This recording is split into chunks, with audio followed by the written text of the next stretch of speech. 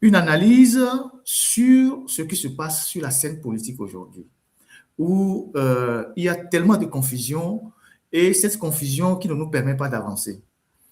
Et cette analyse, elle est impersonnelle parce que généralement, au niveau de la classe politique togolaise, les gens n'aiment pas le débat.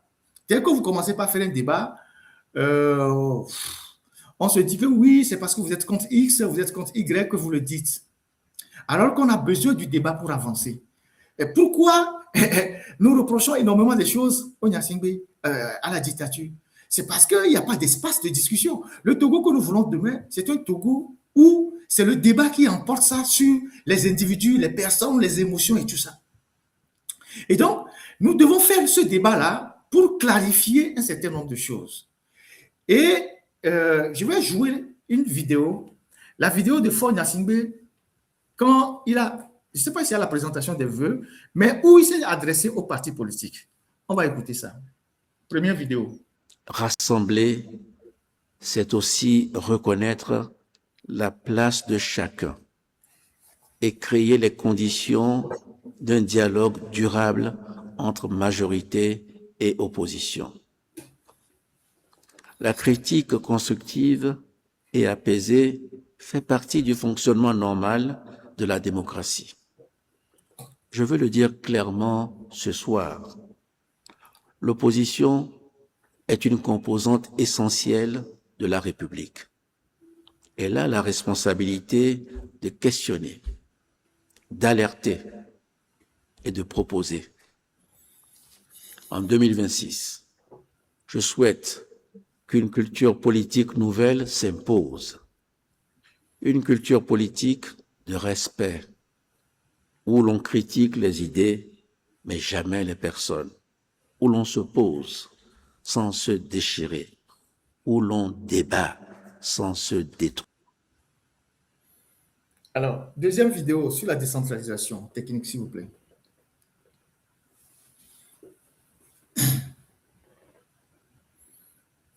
La décentralisation n'est pas un slogan. C'est une manière de gouverner autrement, de reconnaître la diversité de nos territoires, d'aller vers ceux qui sont loin du centre ou de la capitale. Vos élus locaux seront désormais davantage associés à l'action publique, parce qu'en 2025, nous avons renforcé les moyens d'action des collectivités et amélioré la coordination entre l'exécutif, l'Assemblée, le Sénat et les territoires. Merci beaucoup à la technique. Alors, tous ceux qui sont dans le combat pour le changement, pour l'alternance, pour tout ce que vous voulez, tout le monde, hein, y compris les partis politiques, habituellement, quand les responsables politiques sont interrogés, en tout cas la plupart, ils disent que nous sommes dans une dictature. Nous sommes dans une dictature féroce. Alors, ça fait 35 ans que depuis la conférence nationale souveraine et l'arrivée du multipartisme, les Togolais se battent pour se défaire de cette dictature-là. Ça fait 35 ans pratiquement que les Togolais se battent pour se défaire de cette dictature. Et pendant les 35 ans, la classe politique, qui elle-même reconnaît que nous sommes sous une dictature, a toujours préféré aller aux élections aux conditions du dictateur.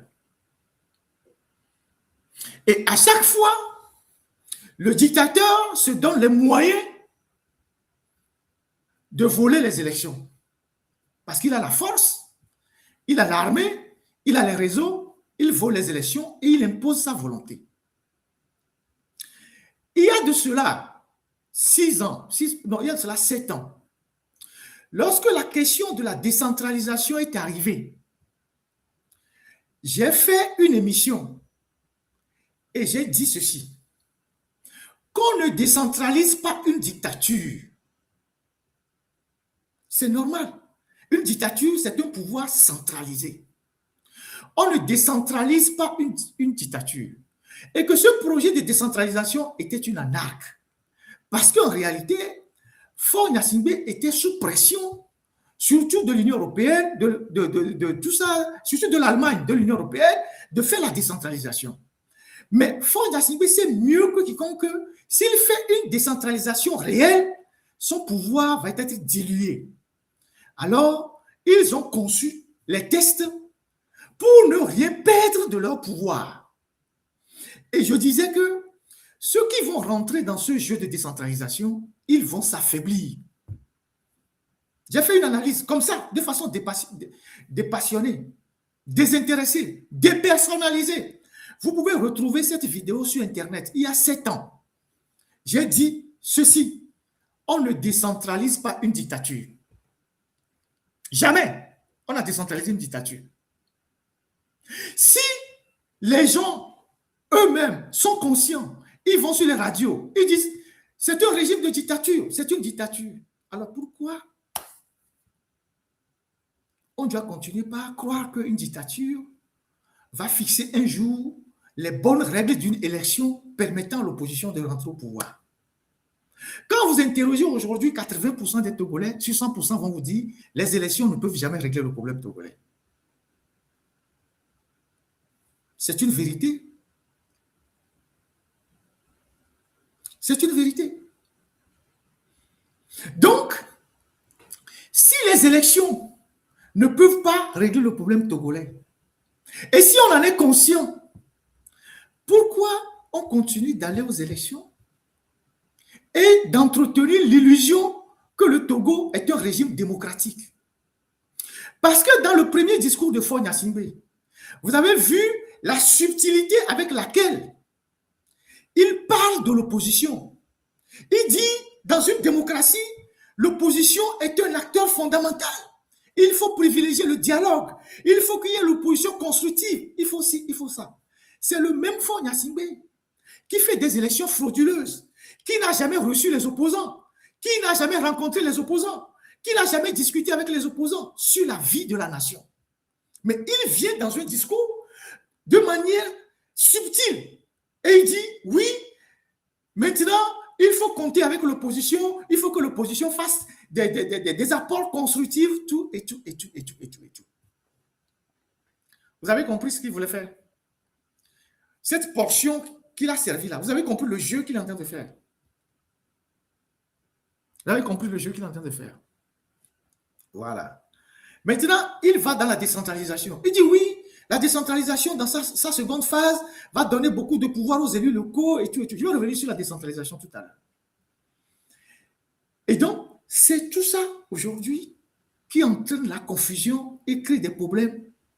Parce que Faure Gnassingbé, il a même retiré au peuple togolais le droit de vote. C'est-à-dire, sa dictature a pris encore une autre proportion. C'est-à-dire, il s'est arrogé tous les pouvoirs. Avant la constitution de la 5e République, le peuple avait encore un petit pouvoir pour choisir ses dirigeants, même si les élections sont volées après. Mais aujourd'hui, il a retiré même au peuple sa capacité ou son droit de choisir ses dirigeants. Il a retiré ça au suffrage universel. Il a pris ça. Et il s'est approprié tout ça. Donc, on a viré même carrément dans une autocratie. Et donc, il y a de cela 6 mois ou 7 mois, lorsque on a eu l'occasion de nous mobiliser, parce qu'aujourd'hui, il y a une démarcation qu'on doit faire. Donc, il y a de cela 6 mois, lorsque nous avons eu l'occasion, ou 6 ou 7 mois, de nous mobiliser contre le projet de loi ou contre la loi, contre la nouvelle constitution de Faure Gnassingbé, lorsque le débat est arrivé dans l'opinion, il y a eu 2 camps. Il y a eu ceux qui ont dit, nous n'allons pas faire la révolution populaire. Nous, on va aller aux élections législatives et après, on va aller aux élections municipales. C'est vrai ou faux? Lorsque l'occasion a été donnée de mobiliser les Togolais mettre en difficulté le régime, il y a ceux qui ont dit, nous, on va aux élections municipales. Vous autres, vous pouvez faire la révolution. Si ça marche, c'est bon. C'est ce que les gens ont dit. Et donc, les gens sont allés aux élections municipales, aux conditions du dictateur. Ils sont allés aux élections municipales, aux conditions du dictateur. Or, si on suppose que Faure, il a sauté toutes les bases du contrat social, il a détruit tout. C'est-à-dire, le semblant de contrat qu'il y a entre le peuple et sa constitution, Faure a sauté tout ça. Donc, Faure est devenu un homme illégal. Mais le peuple togolais est en résistance. On ne peut pas être en résistance et aller aux élections avec le dictateur. C'est comme la France qui a été envahie par les nazis. Il y avait deux camps. Le camp de Pétain qui a choisi la collaboration et le camp de la résistance. Donc aujourd'hui, une grande partie du peuple togolais est en résistance. Et donc, au moment de la résistance, au moment d'organiser la résistance, il y a ceux qui ont dit, nous, on va aux élections parce que nous estimons qu'il y a des petits pas qu'il faut préserver. C'est de leur droit le plus absolu. Moi, je ne les condamne pas. C'est leur droit le plus absolu. Je fais de l'analyse simple et claire. Donc, ceux qui ont dit, nous allons manifester dans les rues, nous croyons que c'est la mobilisation populaire qui peut arriver au bout du régime, ils ont organisé ce qu'ils pouvaient organiser. Le régime a réprimé. Dans le sang, les gens ont été arrêtés, il y a eu pas mal de choses. Aujourd'hui, ceux qui sont allés aux élections et qui ont choisi d'aller aux élections, et donc ils se sont retrouvés dans les mairies, quel que soit le résultat qu'ils ont eu, ils reviennent vers ceux qui ont choisi la résistance et ils disent oui, il faut qu'on travaille ensemble.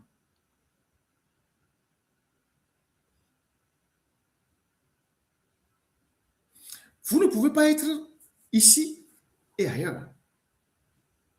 Parce que si vous estimez que c'est une dictature et que vous êtes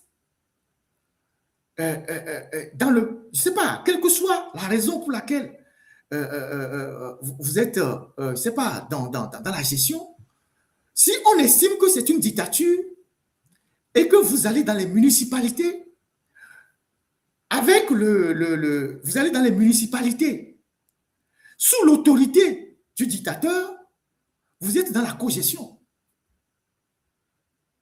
Vous êtes dans la cogestion du pouvoir, même si c'est à un niveau de collectivité locale. Quand on fait le bilan d'une entreprise, on fait le bilan de l'entreprise et ses filiales. Vous êtes dans la cogestion. Je l'avais dit il y a 7 ans. Vous êtes dans la cogestion. Donc, vous ne pouvez pas être dans une opposition institutionnelle. C'est ce que Faure dit. Je reviens au discours de Faure.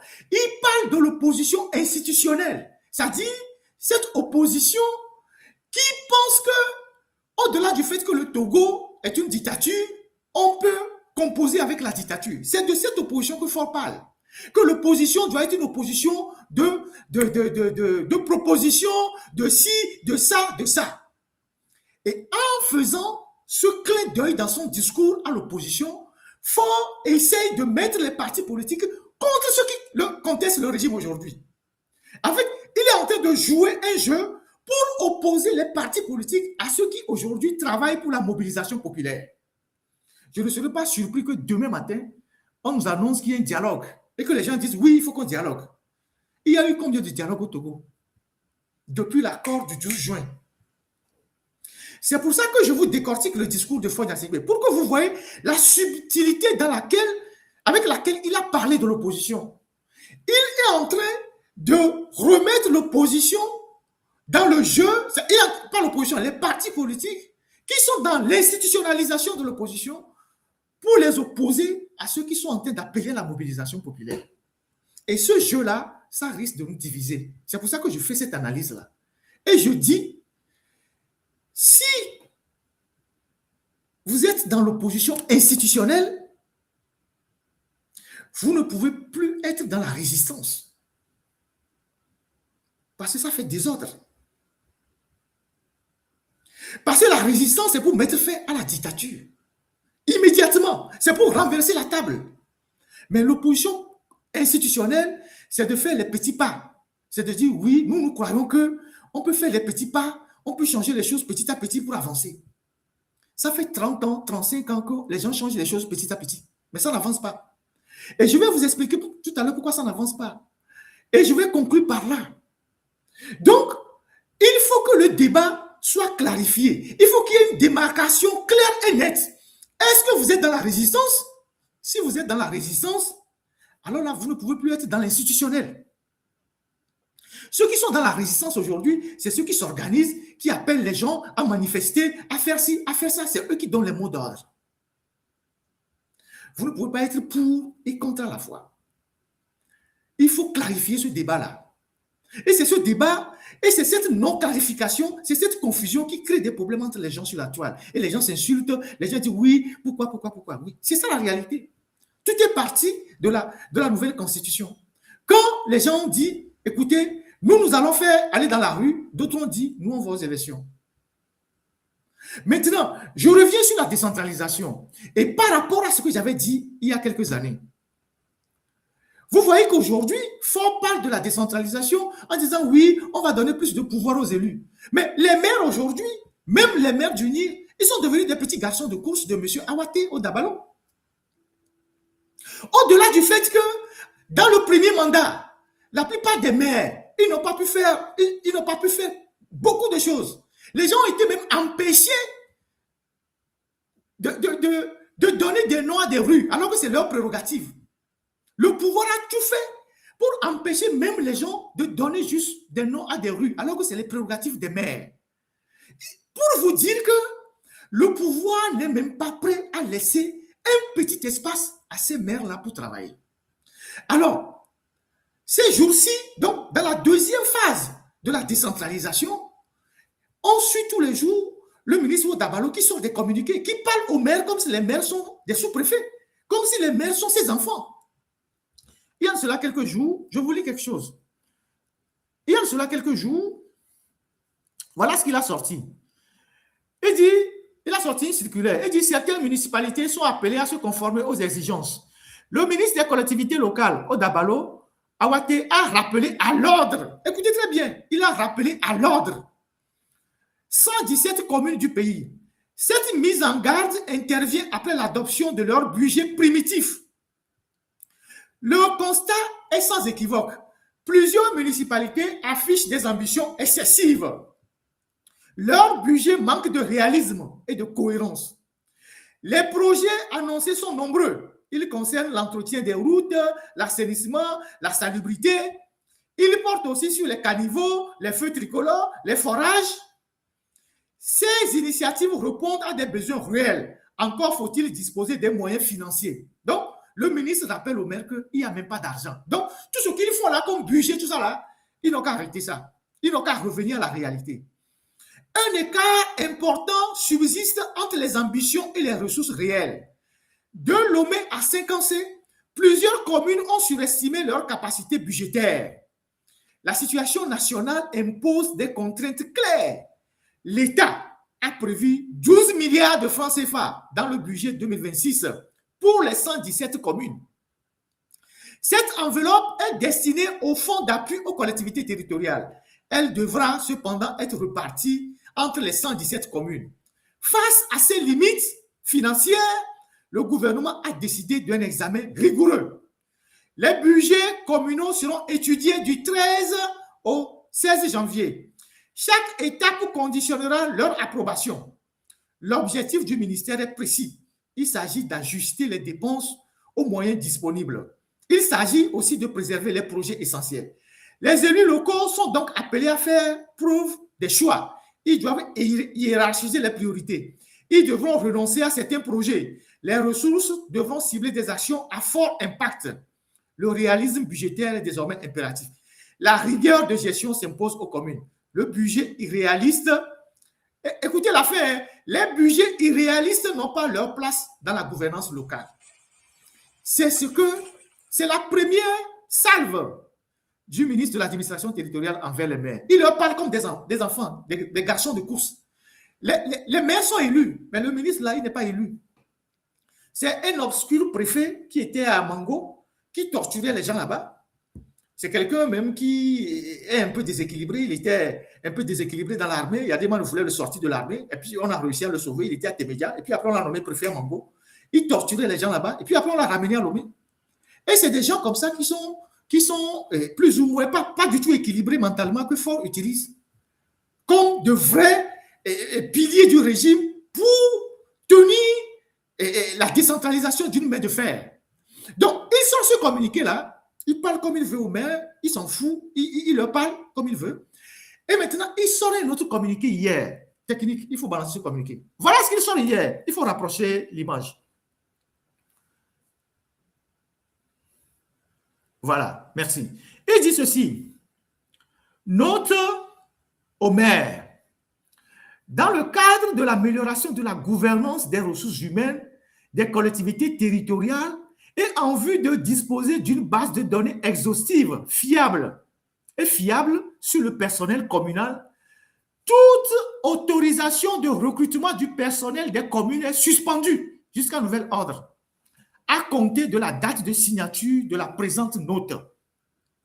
Cette mesure vise à permettre au ministère de procéder à un état des lieux complet du personnel des communes, tant permanent que contractuel, en vue d'une meilleure maîtrise des effectifs, des qualifications et des fonctions exercées au sein des administrations communales.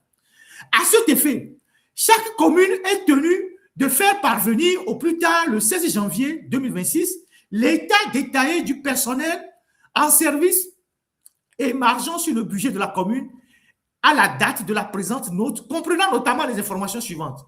Nom et prénom, date d'engagement, statut du personnel, permanent ou contractuel, qualification au niveau de formation, fonction effectivement exercée au sein de la mairie.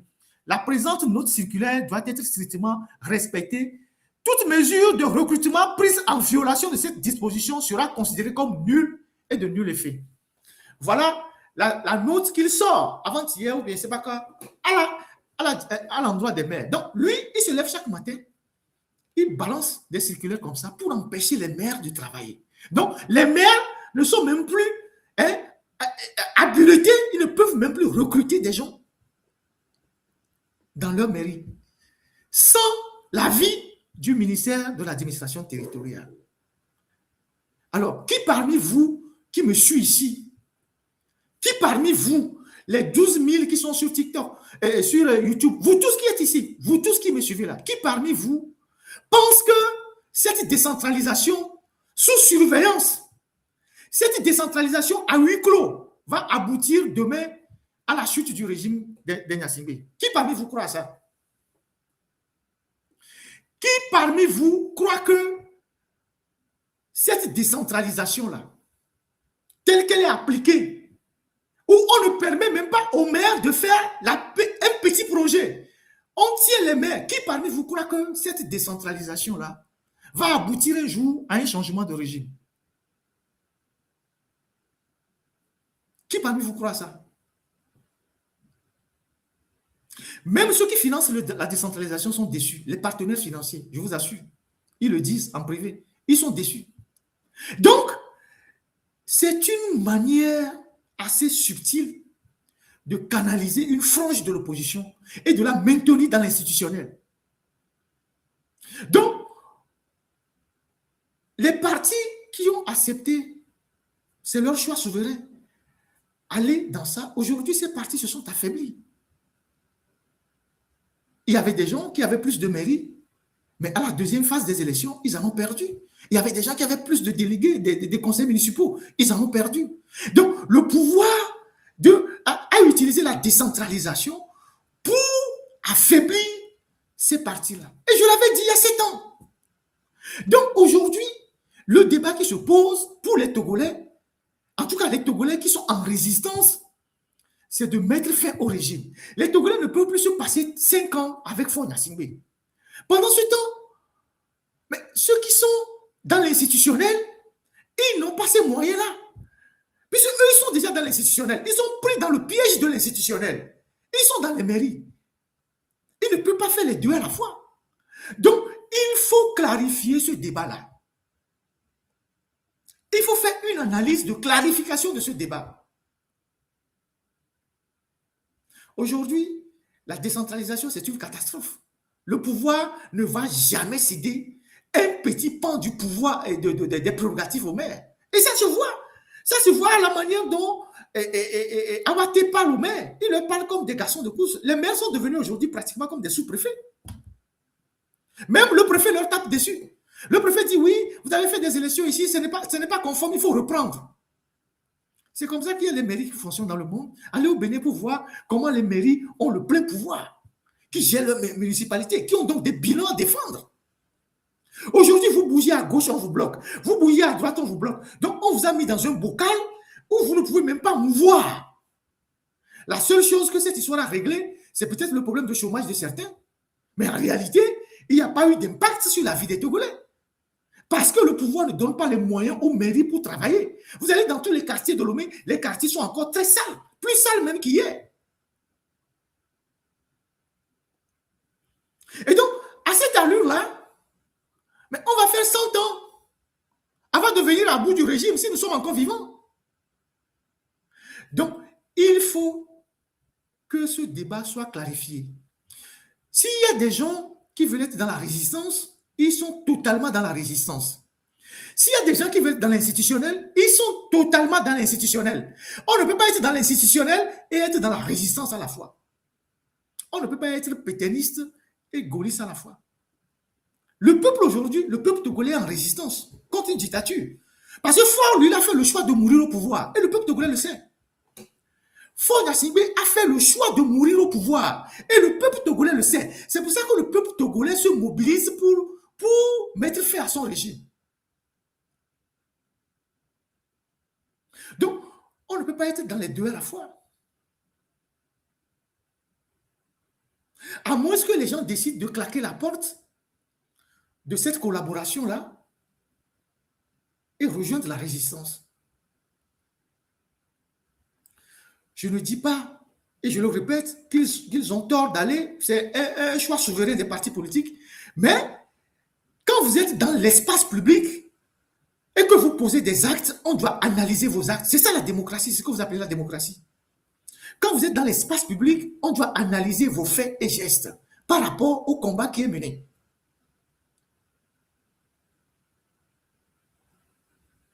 Donc, il y a certains qui sont restés cohérents en disant, nous ne croyons pas que les élections peuvent régler le problème togolais. Nous sommes des partis politiques, mais nous restons dans la ligne de la mobilisation populaire. Ils sont cohérents avec eux-mêmes.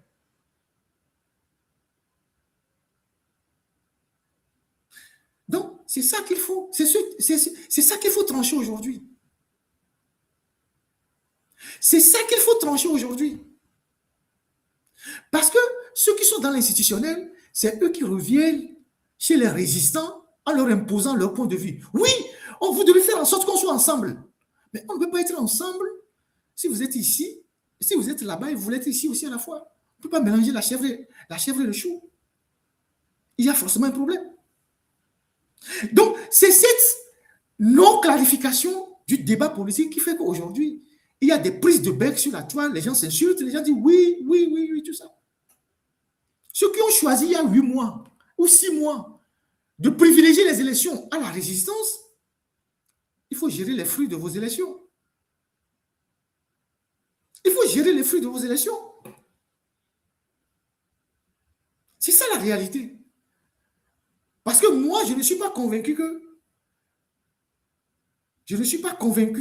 ça c'est mon point de vue, que ceux qui sont aujourd'hui dans l'institutionnel,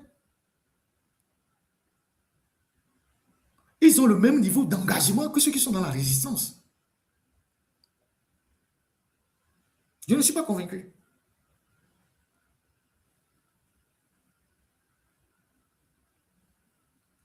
Je ne suis pas convaincu que ceux qui sont dans l'institutionnel ont le même niveau d'engagement que ceux qui sont dans la résistance. Donc, voilà l'analyse que moi je tiens à faire par rapport à cette histoire et par rapport au discours de Faure Gnassingbé. Faure Gnassingbé cherche par tous les moyens à briser ceux qui aujourd'hui s'organisent contre lui. Ceux qui sont dans la résistance font la mobilisation pour faire un mouvement populaire. Et à ces gens-là, non seulement ils sèment la zizanie parmi eux, mais ils veulent il veut injecter parmi eux, il veut mettre entre eux, entre ces gens-là et le reste, les partis politiques. C'est pour ça qu'il fait ce clin d'œil à l'opposition. C'est pour ça qu'il fait ce clin d'œil à l'opposition. Quand je le dis, ce n'est pas que j'accuse l'opposition, hein, mais fort lui, il convoque l'opposition dans son discours en parlant bien de l'opposition, qu'il faut une opposition constructive, il faut le dialogue. Donc, il veut mettre entre lui et ceux qui sont aujourd'hui en train de mobiliser pour la résistance, les partis politiques. Donc, les cogner. C'est ce jeu-là qu'il veut faire. C'est ce jeu-là qu'il veut faire. Et donc, je ne serais pas surpris que demain, on dise, ah oui, il faut un dialogue, il faut dialoguer, il faut dialoguer. Ça fait 35 ans que vous dialoguez au Togo. Et pendant ce temps, lui gagne du temps. Il gagne du temps. Parce que l'institutionnel permet de prolonger le coma du régime. Nous avons un régime comateux. Mais tant que ce régime-là, c'est qu'il y a des gens qui peuvent jouer le jeu qu'il fait. Il continue. Son coma continue. Sa métastase continue. C'est pour ça qu'il qualifie tout ce qui appelle à la résistance de terreau-terreau. C'est ça la réalité. Donc, moi, c'est mon analyse. Je ne la mène contre personne. Je ne la mène pour détruire personne. Je ne mène pas mon analyse pour faire pas quoi que personne, mais je mène une analyse globale de la situation.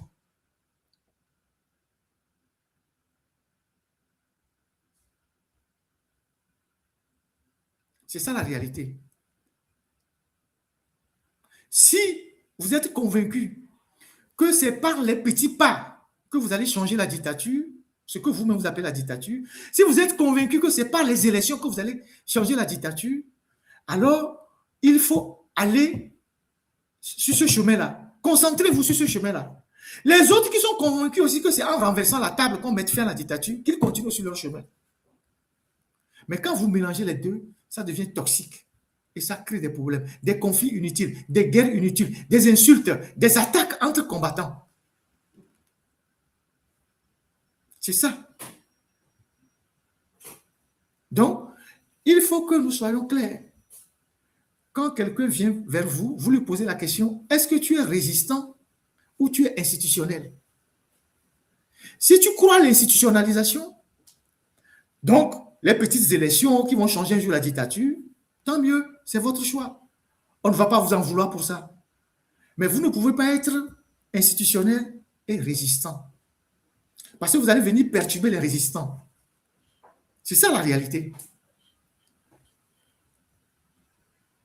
C'est ça la réalité. Il faut que chacun, à un moment donné, assume le choix qu'il a fait.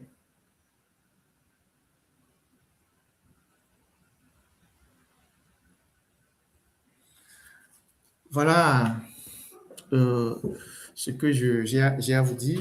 Et moi, je suis convaincu que pour cette deuxième phase des élections municipales, le pouvoir ne va jamais donner les moyens à ceux qui sont dans les mairies de travail. Il ne donnera pas. Même les mairies, les maires de UNIR se plaignent du comportement de Awaté. Même les maires de UNIR, ils se plaignent. Awaté a pris la décentralisation comme sa chose privée. Il en fait ce qu'il veut. Il en fait ce qu'il veut. Lui, il n'est pas élu. Il n'a même pas, je ne suis même pas sûr qu'il pourra avoir un jour un suffrage. Mais il parle aux maires comme il veut. Il les embête comme il veut. Et moi, ça me fait mal. Ça me fait mal en tant que combattant de voir qu'il y a des responsables de l'opposition qui se font rabrouer par ce monsieur-là, ce sinistre ministre de l'administration territoriale. Ça fait très mal. Parce que quelque part, vous avez votre propre dignité. Vous avez tout votre parcours, tout ce que vous avez fait, comme la lutte depuis des années. Ça fait de vous des gens d'une certaine valeur. Et ce n'est pas ce monsieur-là qui va vous parler comme il veut et raconter n'importe quoi. C'est ça la réalité. Ça fait mal de voir des communiqués comme ça qui sont à tout moment pour taper sur les maires. Oui, vous n'avez pas le droit de faire ci, vous n'avez pas le droit de faire ça, vous n'avez pas le droit de faire ci, vous n'avez pas le droit de faire ça. Mais lui n'est pas élu. Et c'est lui qui tape sur les maires.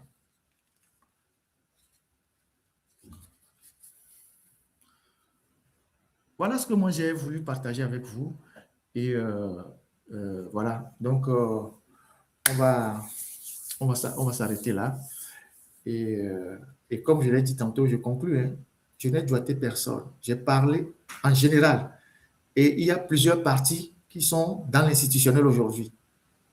Et j'ai parlé en général. Parce qu'après, on va dire, oui, Ferdinand a voulu dire, non, non, non. Moi, je fais mes analyses de journaliste. Et c'est général. Je parle de tout le monde. Je parle de tout le monde. Et c'est cette confusion-là que nous faisons qui fait qu'on n'avance pas. Que chacun définit son camp et reste dans son couloir.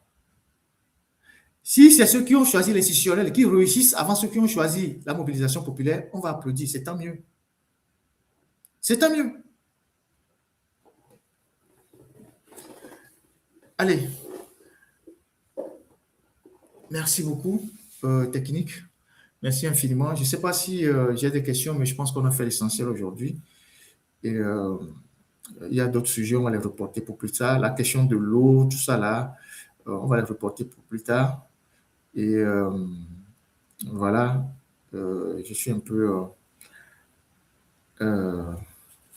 celui qui vient publier l'annonce de vente de terrain là, notre live là, ce n'est pas pour vendre les terrains. Hein. Ce n'est pas un live pour le foncier ou l'immobilier, s'il te plaît. Donc, merci à vous tous qui êtes restés aussi mobilisés pour ce live-là. Merci infiniment. Et notre contribution, c'est pour faire avancer le débat. Notre apport, c'est comment faire pour qu'on puisse un jour mettre fin à cette dictature. Cette dictature qui ne nous apporte absolument rien, qui nous prive de tous nos droits, qui nous retarde. Vous avez vu le Bénin la dernière fois, le Vodundé, tout le monde est allé là-bas, même les Togolais, ils sont pleins actuellement au Bénin. Ils sont pleins au Bénin. Et c'est un manque à gagner pour les hôtels à Lomé. Chaque week-end, les Togolais vont au Bénin. Chaque week-end, les Togolais vont maintenant au week-end au Bénin. Et c'est un manque à gagner pour le secteur hôtelier au Togo, le secteur de la restauration. Tous les secteurs, c'est un manque à gagner. Et pourtant, nous pouvons faire la même chose aussi chez nous. J'ai eu le dossier de Vodundé, ça fait 29 pages, dossier presse seulement, 29 pages. Les gens ont construit tout, les hôtels, les musées, tout partout. Tous ceux qui viennent là-bas, ils dorment dans les hôtels. C'est du travail, c'est de l'argent, c'est beaucoup de choses qui rentrent dans le pays. Nous avons chez nous Faure Gnassingbé. Il sort, il nous balance les discours. Il a bloqué un pays depuis 20 ans. Il ne fait rien. Même simple eau, il n'arrive pas à donner dans les villages. L'université, les amphithéâtres sont comme des poulaillers. Et nous allons subir ça jusqu'à quand? Et parfois, ceux qui ont la bonne volonté, ceux qui croient aussi à la bonne foi du régime, et c'est par là que je vais conclure, ils se disent, bon, on va aller composer pour voir si ça peut donner quelque chose. Ils se font vampiriser par le régime. Combien d'opposants n'ont pas été vampirisés par le régime RPT Unir? De Aboibo, Edem Kodjo, Jilikis Olympio. Ils ont été vampirisés par le régime. Et le régime est resté solide. Et c'est les opposants qui sont sortis écorchés, vampirisés. Les gens comme Edem Kodjo ont cru qu'ils peuvent aller changer les choses de l'intérieur. Les Ninevi, les Aboibo. Ils ont été vampirisés par le régime. Aujourd'hui que le régime a réussi à mettre certains opposants dans la décentralisation, il est en train de les vampiriser. Et c'est ça la réalité. La preuve, les gens qui avaient autant de nombre de conseillers il y a 6 ans, aux dernières élections, ils ont perdu presque la moitié de leurs conseillers. C'est une vampirisation. Et si rien ne change, les 6 prochaines années, ils vont carrément vous enterrer. Et c'est fini, vous êtes totalement mort. C'est ça la réalité.